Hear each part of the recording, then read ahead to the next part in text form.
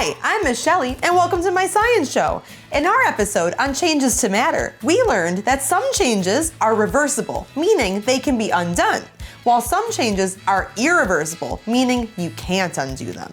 Well, today we're going to use clay to take a look at one reversible change to matter as well as one irreversible change to matter.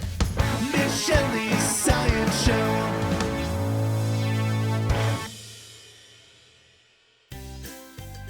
For today's activity, you're going to need two different colors of clay that you're allowed to mix together. Clay is a very unique material because it adheres to itself, or it sticks to itself. So when you're molding clay, for example, I could take my clay and I could mold it into a ball. But if I want to reverse it back into the flat shape it was, I can do that. But then if I want to put it back into a ball, I can also do that. So changing the shape of clay is reversible. I can just mold it back. Now, one change that is irreversible with clay would be mixing colors. Now, if I take my red clay and I mix it together with my yellow clay, there's no way for me to get the red clay and the yellow clay back the way it was, because it will have made a new color, which is going to be orange.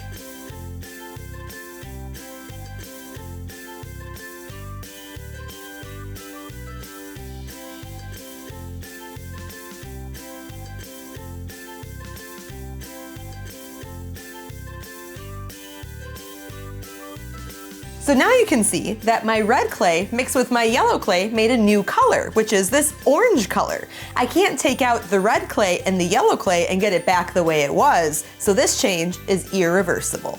So why don't you ask an adult at home for some clay and try it yourself? And I'll see you next time on another episode of Miss Shelley's Science Show. Miss Shelley.